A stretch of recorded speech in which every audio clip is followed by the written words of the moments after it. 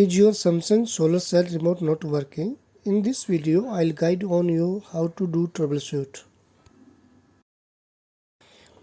You can follow the video troubleshooting steps to quick get your SolarCell remote working again.